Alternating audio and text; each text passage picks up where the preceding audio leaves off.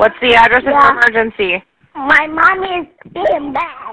একটি 4 বছরের শিশু 911 নম্বরে ফোন করে জানায় আমার মা খারাপ কাজ করেছে এবং তাকে জেলে পাঠানো দরকার। তারপর ফোনটি কেটে দেয়। এরপর পুলিশ বাড়িতে গিয়ে শিশুটির সঙ্গে কথা বলে, জানতে পারে তার মা শিশুটির জন্য নিয়ে আসা আইসক্রিম খেয়ে ফেলেছেন। তাই এই কাণ্ড ঘটিয়েছে শিশুটি। অদ্ভুত ও হাস্যকর এই ঘটনাটি ঘটেছে মার্কিন যুক্তরাষ্ট্রের উইসকনসিনের মাউন্ট প্লিজেন্ট শহরে।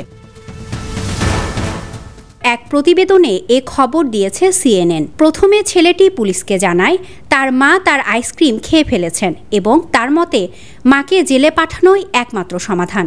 শিশুটির দাবি মা তার আইসক্রিম খেয়ে ফেলে অন্যায় করেছেন এবং এজন্য সে ন্যায় বিচার চায়। তবে কিছুক্ষণ পর ছেলেটি তার মনোভাব পরিবর্তন করে বলে, এখন আর তাকে জেলে পাঠাতে চাই না, আমি শুধু আইসক্রিম চাই।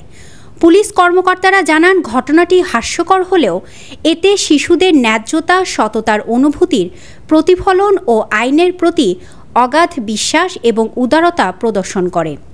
পরে পুলিশ ঘটনাস্থলে পৌঁছে ছেলেটির মনোভাব পরিবর্তন হওয়ার পর তাকে শান্ত করে এবং পরদিন বিশেষভাবে আইসক্রিম এনে তাকে উপহার দেয়। অনলাইন ডেস্ক, দৈনিক করতোয়া।